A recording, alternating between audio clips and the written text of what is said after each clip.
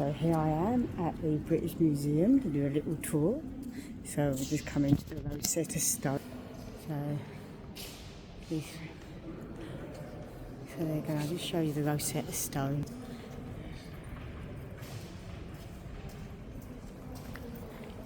You can see the Elgin marbles. And here in Egypt, so that's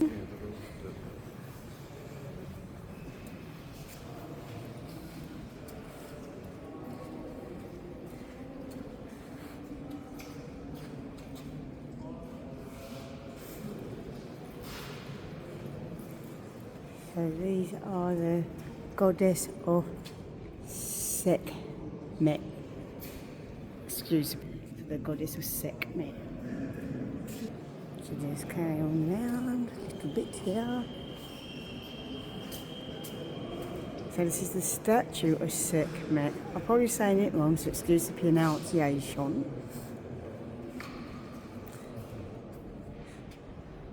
So the Stela of Sobhotep.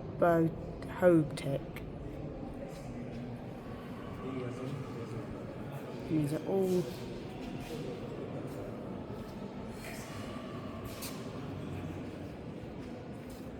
a few more little plaques, if that's what you want to call them. I think these are from ancient Egypt, and you still got the colours.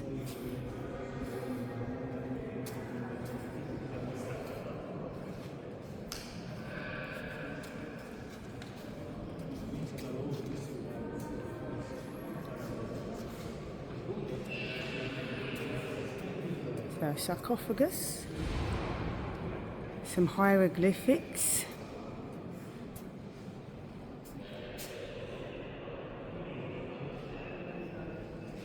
So you've got snakes, fish, and eye. Boats, all different types of birds, like I suppose there's owls and ibis and ducks and some rabbit or hare there. A cat.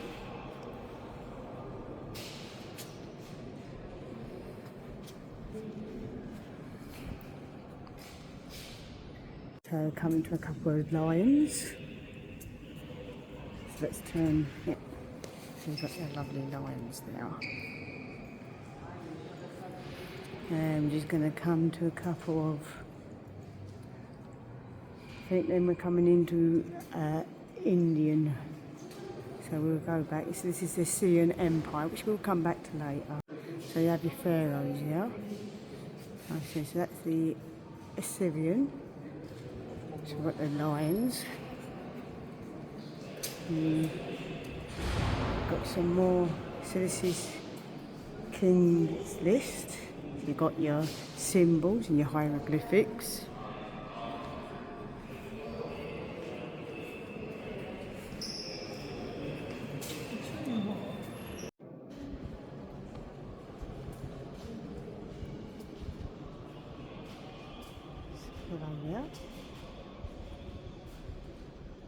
So back to the hieroglyphics.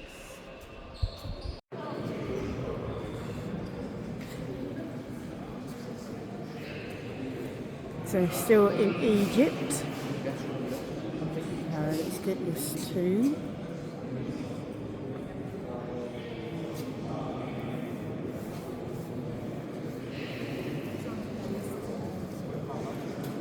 This is the sarcophagus of Mary Mose. Here we have King Ramses II.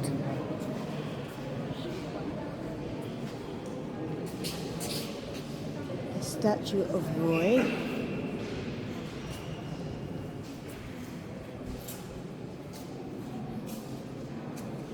So this is the Ram Sphinx of Tahago.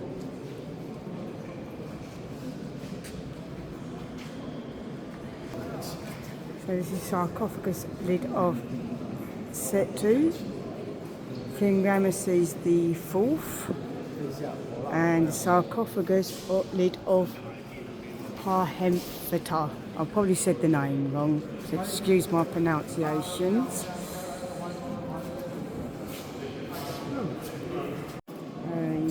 Sarcophagus of Nectambo II. Another sarcophagus. A sarcophagus lid of Sisobek, or Siobek, or Siskobek. The statue of General Wahibra. The head of King Nectambo I or II, so they're not quite sure.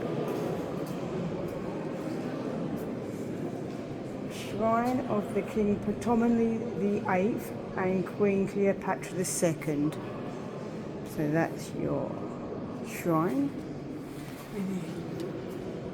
And you've got a female sphinx, and this will also be a female sphinx here.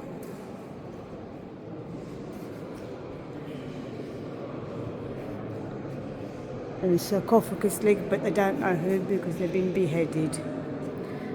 A little tour of ancient Egypt in the British Museum. I'm now going into some Egyptian sculpture room. So 2686 BC to 395 AD. So this is Asura Ninef. So this is the Assyrian Empire in the 7th century BC. Oh, let's turn it my ugly mug. So I'm just going to turn it round. So this is the manufacture and transport of the colossal stone ball.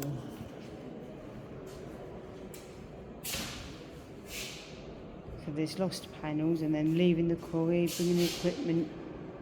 So it's telling you the story of the stone ball.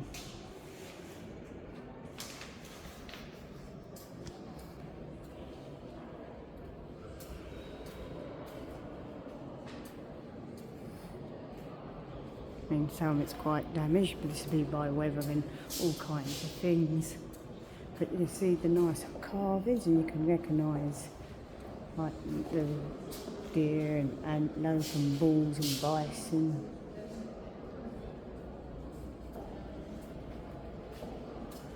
And the horses here. Let's get a bit close up.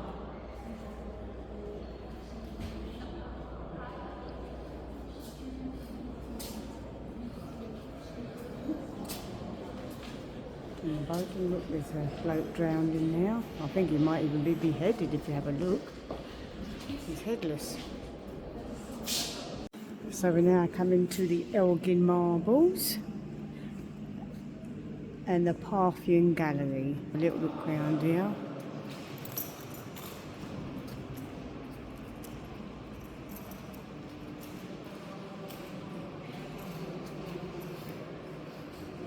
So this is ancient Greece.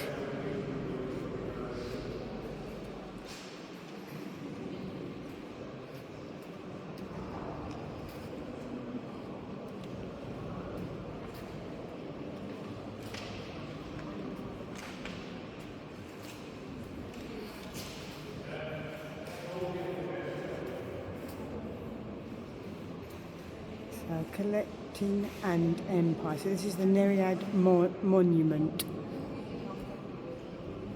We're now going to go into where the Elgin Marbles are.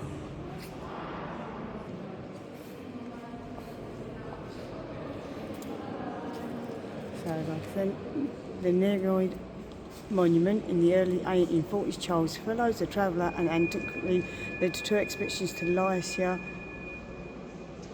He obtained the permission of the Ottoman Sultanate to Constantinople. I'm not going to try and read the whole lot, but there you go. So we're now in the room with the Elgin Marbles, so I'm going to flip the camera again.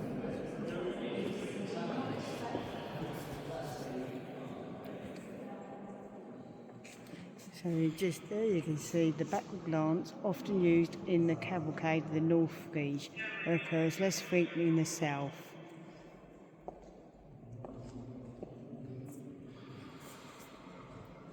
So parts of the frieze have really look preserved well, where other parts haven't. So you can see this part of the frieze is well kept or well preserved. In other parts of it ain't, but you can still see the outlines of horses and figures. So this one here says two battered riders wear helmets, tunics and long boots.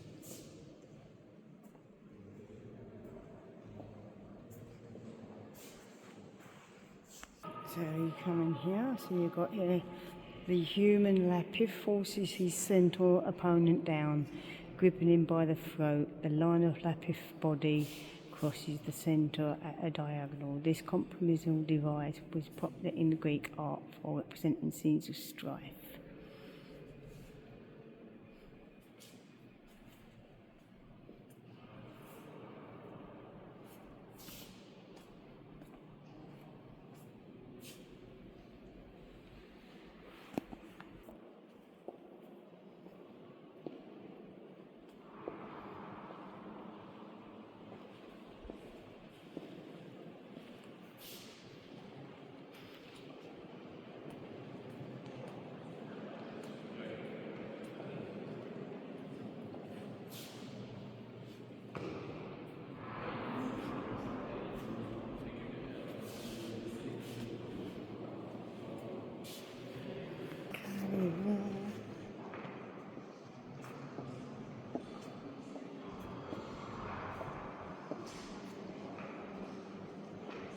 Two heifers bring up the rear of the procession of victims. The vertical folds on the handless draperies contrast pleasingly with the broad, flat flanks of the beast.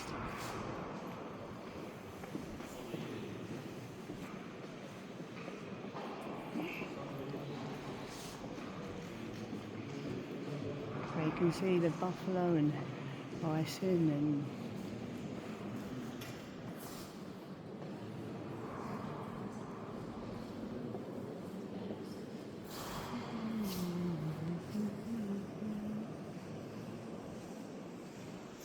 this is the East Frieze that brings together the two arms of the procession. They do not actually meet as they are separated by two groups of seated gods. It is uncertain whether the gods are on the Acropolis or the Olympus.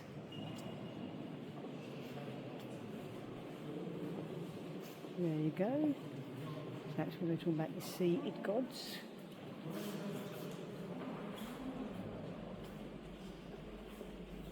We've got a woman, perhaps the priestess of Athena, takes a cushioned stool from the head of a girl. A second stool bearer carries something else in her left hand, probably a footstool. The legs of the stool are mostly hit lost. The two girls are possibly the Agorapori who spent a year on the Acropolis in the service of Athena.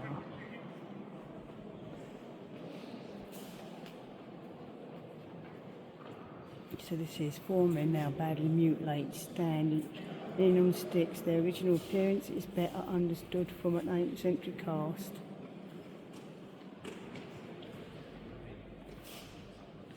There's 5 girls here.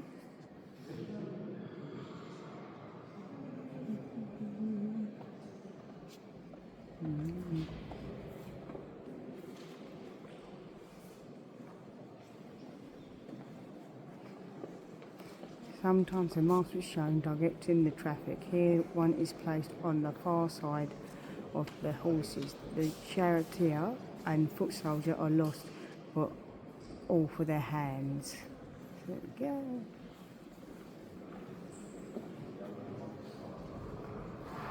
So this is the balls, which we may be losing or having to give back to Greece. So if you get a chance to come and see them at the British Museum while we still have them, it's part of history, part of ancient Greece history. I'm just going to flip the camera back now. The marbles here too.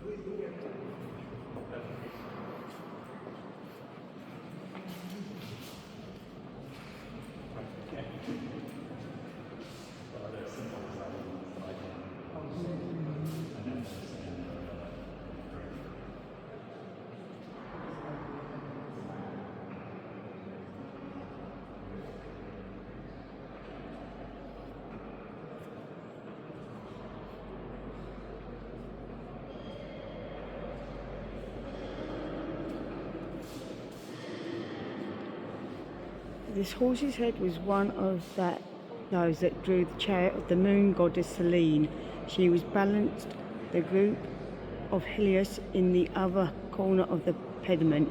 The horse is weary from its night-long labour. The eye bulges, the nostrils flare, the mouth gapes, the veins stand out in the skin is stretched tight over the great cheekbone.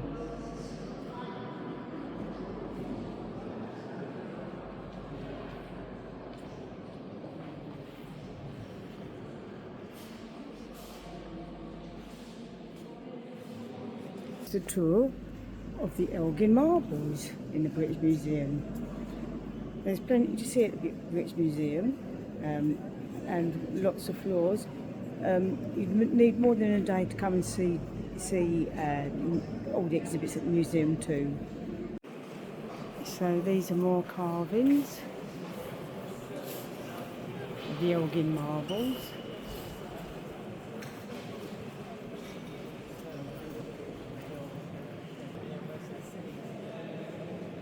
So you can see all the nice carvings of the horses and the men and the soldiers. And just think, these are so like 700 BC or earlier.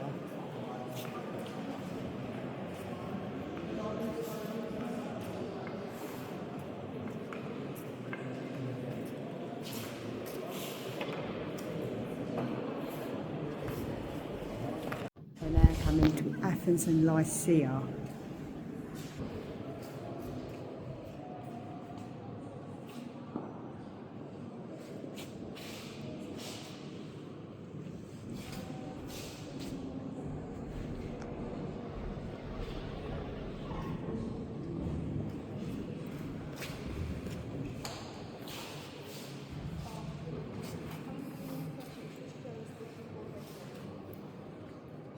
So you've got a boar and a lion, or lioness, a lion attacking a deer in antelope.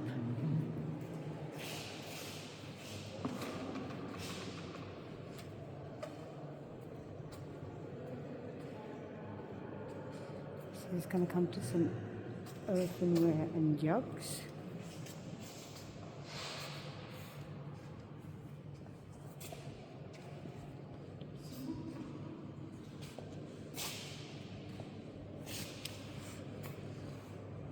This looks like a love cup.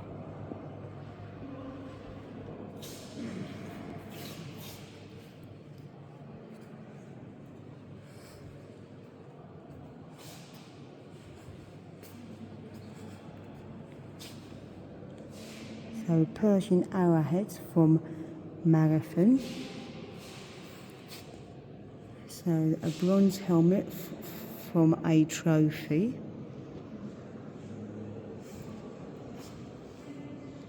So that's the other side of the cup. So it's a boar's head. A bronze mirror.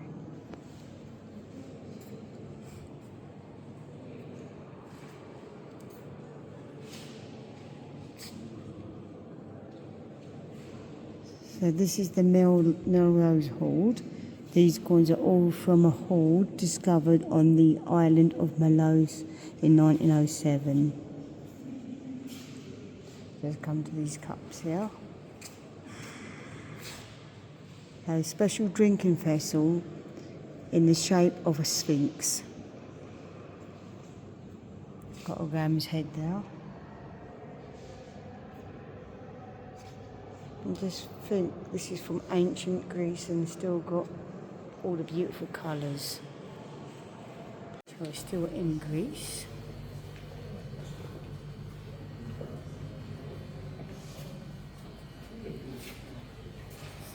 Look at that vase. It's probably the size of me, so probably about 5 foot.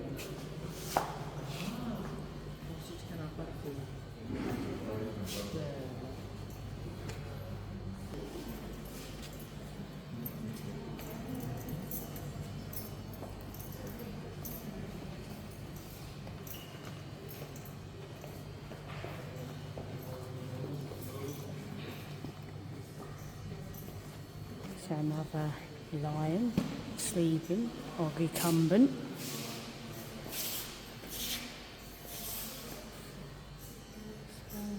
helmet. Just didn't quite give this justice.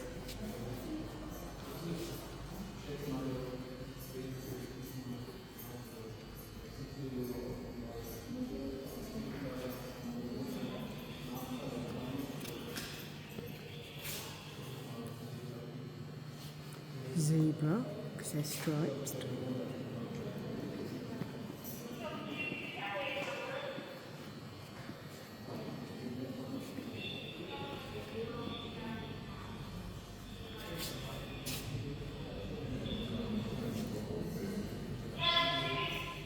A bronze helmet of Corinthians type. There's zoom round here to some more urns. We've got a donkey or jackass or mule.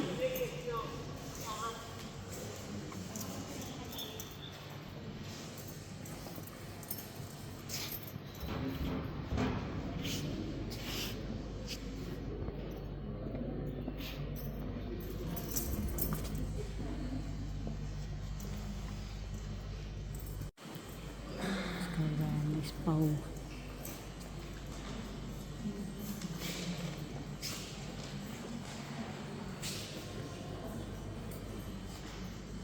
Just coming to some totem poles. I'm just going to turn the camera around so you can see them.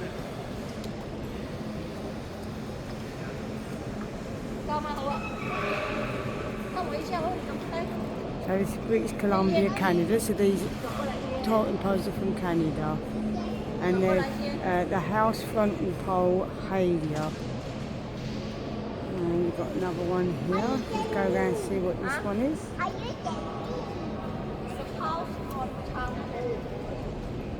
And then this one is Memorial Pole of Chief Luyas, Eagle Beaver Clan of the Nagasa Nation. So British Columbia, Canada. So now coming to South Asia. No.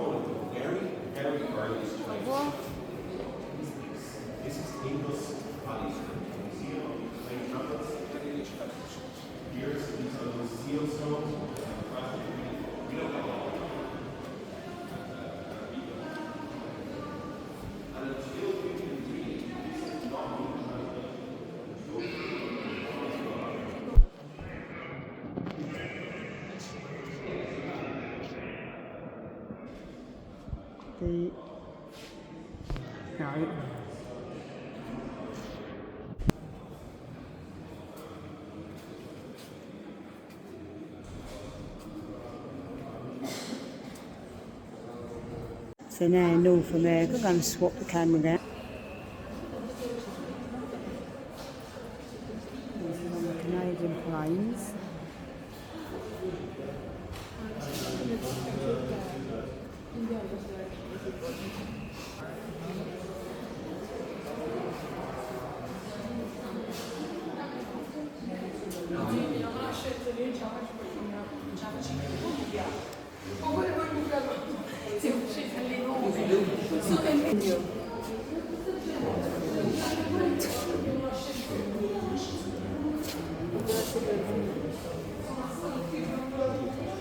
So now coming into Mexico, so let's turn the camera around and we're going to go and see the double-headed dog, which I can see him coming now. This is all to do with Mexico.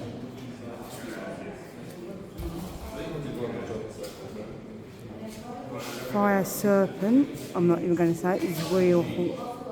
That's a fire serpent.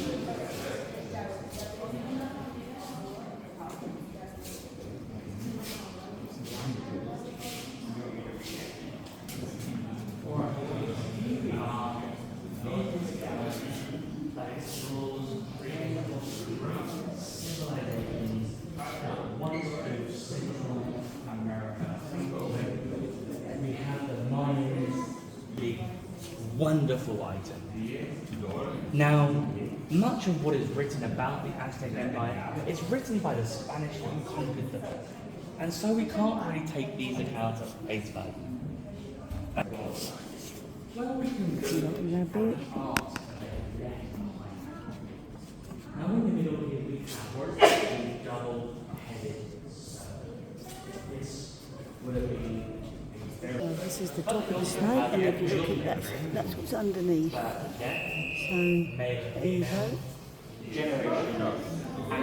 So I'm just going to have another quick show of the double-headed serpent. So the Now it is made, serpent. the base is made from wood.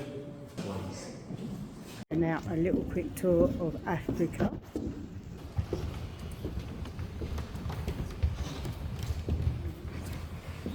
I'm going to come to some of the head dresses that they wear for their dances.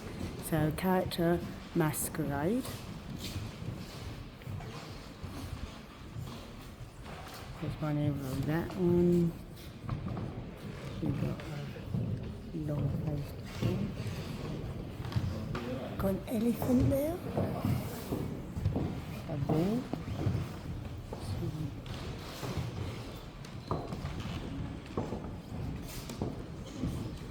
Just turn around, so you've got hand down.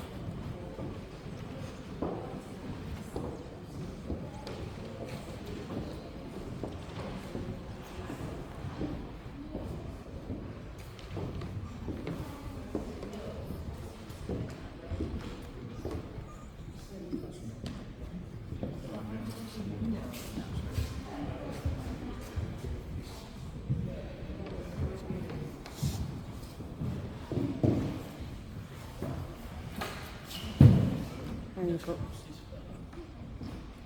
you've got the cast brass plaques from Benin City, Nigeria, 16th century.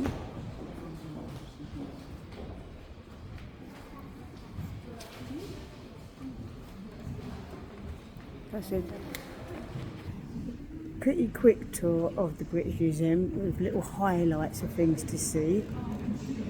So just turn. So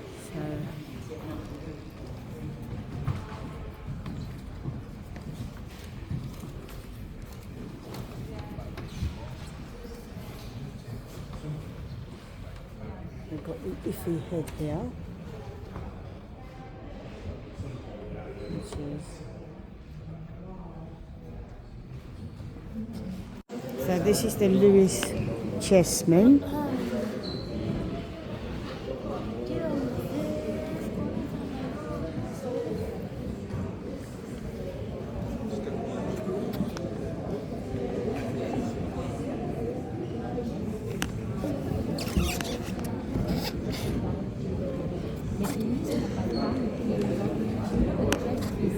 So they were made from walrus ivory and whale tooth.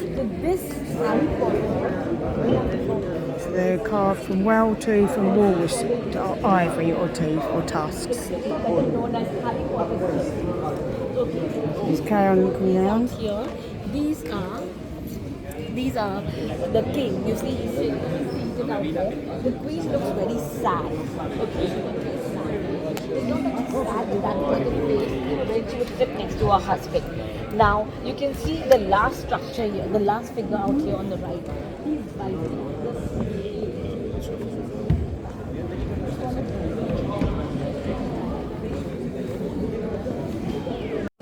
So in 1831, There were about 98.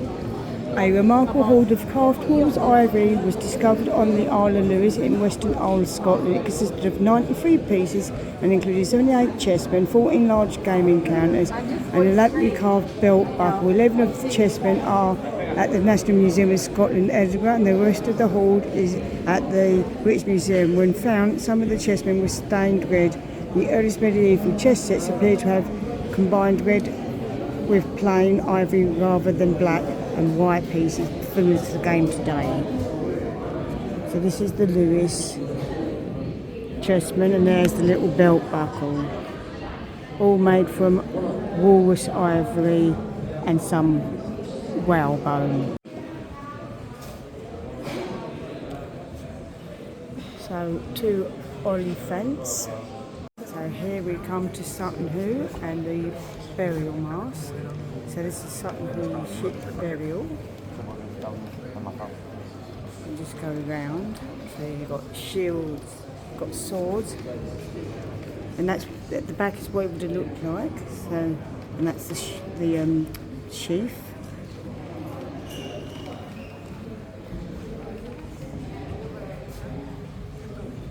So you've got whetstone. You've got some belt buckles in that.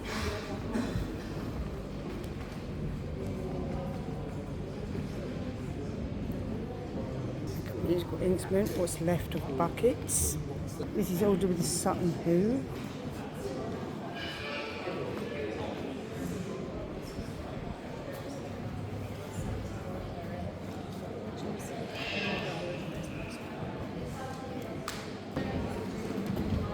So this is just a little trip of the museum. There's plenty to see.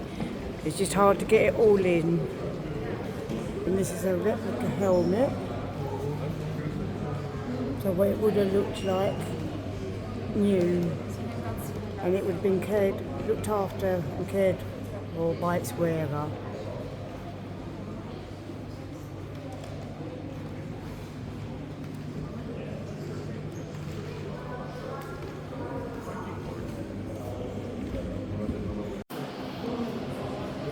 So we're now coming to Roman Britain, and we're going to see the letters of the Vindelander. On.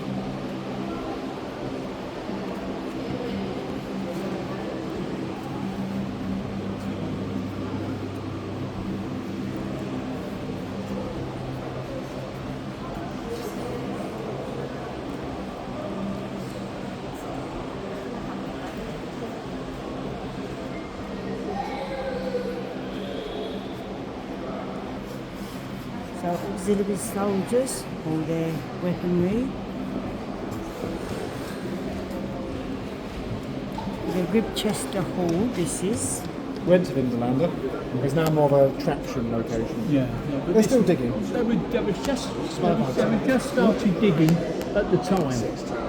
So this little bit of tablet here is the oldest recorded British writing, and this is the Vindelander tablets. And it's a birthday invitation, so they reckon this is the oldest bit of written text or English text. So this was found near Hadrian's Wall. So these are the Vindelander tablets in British writing. So this bit of text here is, my fellow soldiers have no beer. Please order some to be sent.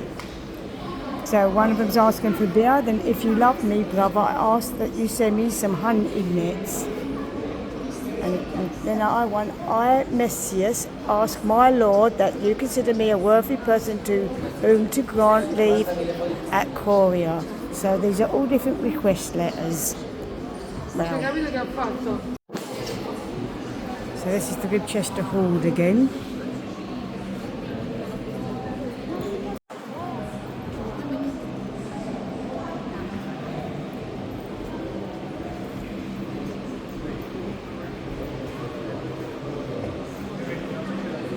We've got some glassware.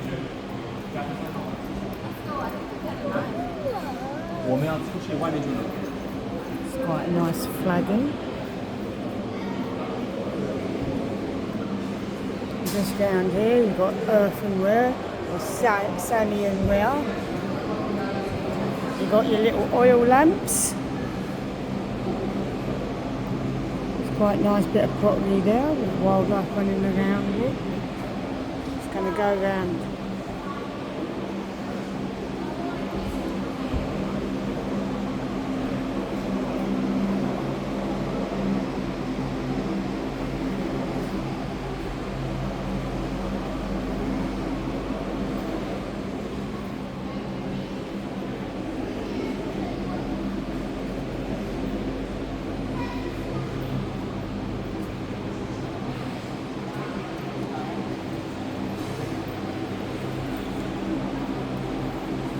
So this is the Middenhall Great Dish. Some more glassware. Lots of coins. So the Hoxney, the coin.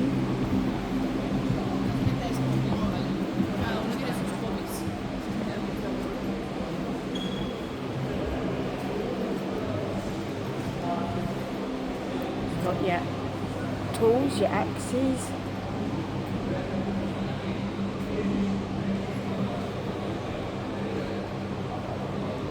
So let's have a quick look on these little figurines and models.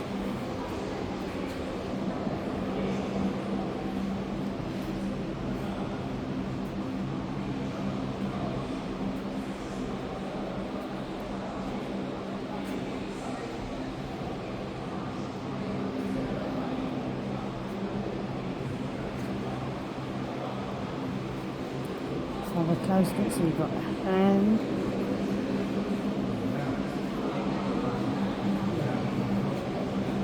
Bronze head of Nero. The Emperor Hadrian. And you've got bronze hand and Imperial Imagery.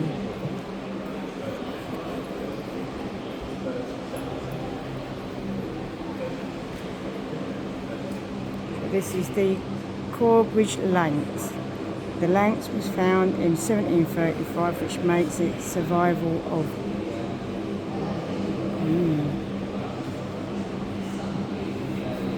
with modern era remarkable. So,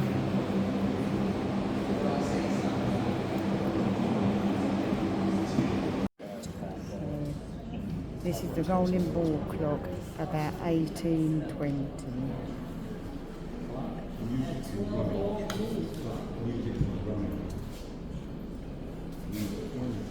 And then it tips it and carries on again.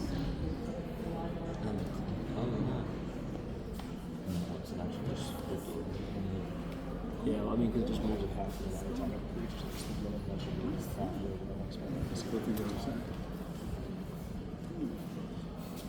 It's crazy. Yeah, just the blood.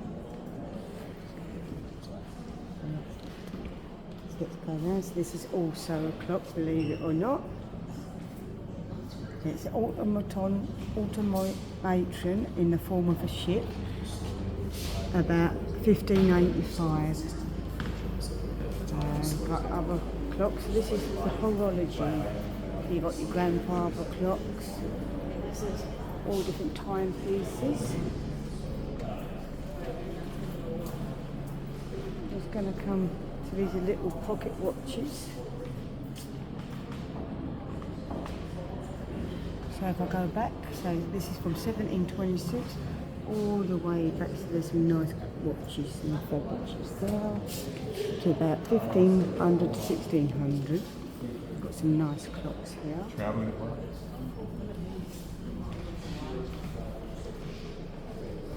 This is a nice timepiece, so you've got different, and you also got, I suppose it's your solar system. You've got your pocket watches there, so you've got your wrist watches, so 1950 to present. Also haven't got a digital watch. I remember some of these lighter watches, okay, not from 1800s though. That's quite a nice pocket watch.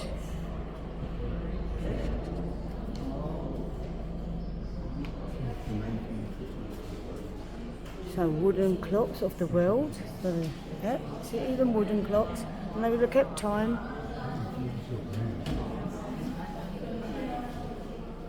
So your modern alarm clock there, radio alarm clock.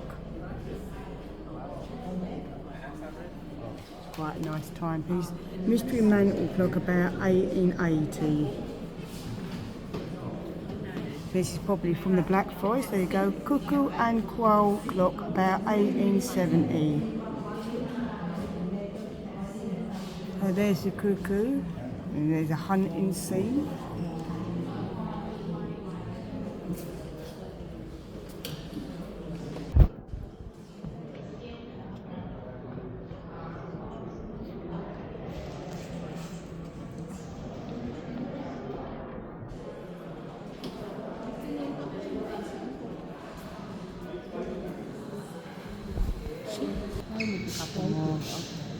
This is quite a nice one. So this is Milk Maiden Cow automaton clock, about 1600. So this is the Milk and Cow automaton clock, around 1600. We got this lovely clock here, masterpiece clock around 1650. You do something about that. Find it off.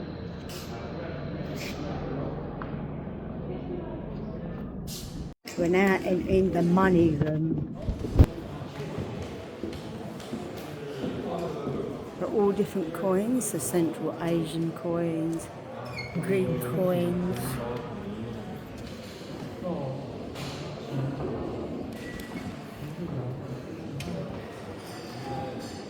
Roman coins. You can't see a Bruffle token here.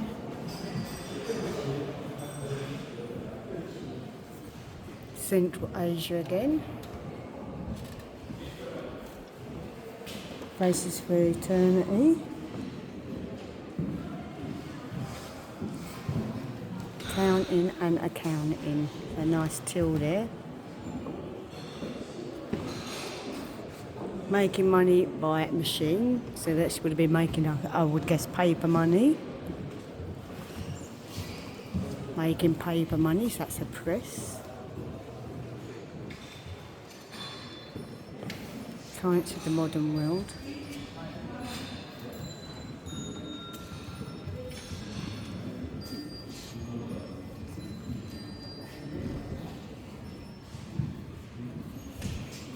Soviet Union, China and Cuba. The little clock's chiming out there. So it's cheaper to print this on money than paper. So these are Zimbabwean money.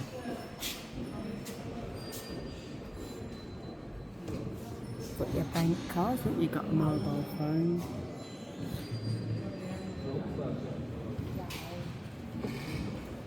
Money boxes and pin badges. Midland Bank there. Griffin from the Midland Bank.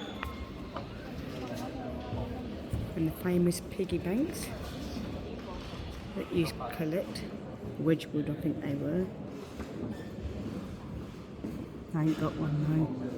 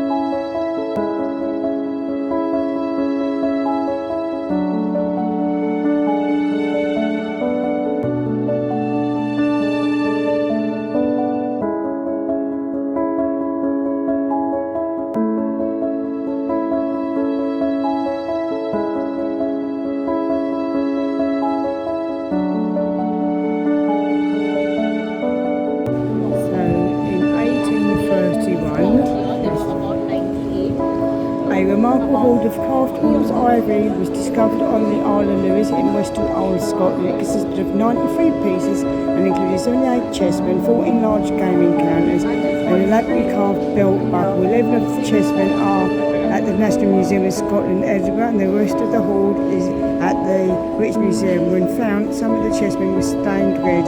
The earliest medieval chess sets appear to have combined red with plain ivory rather than black and white pieces, similar to the game today.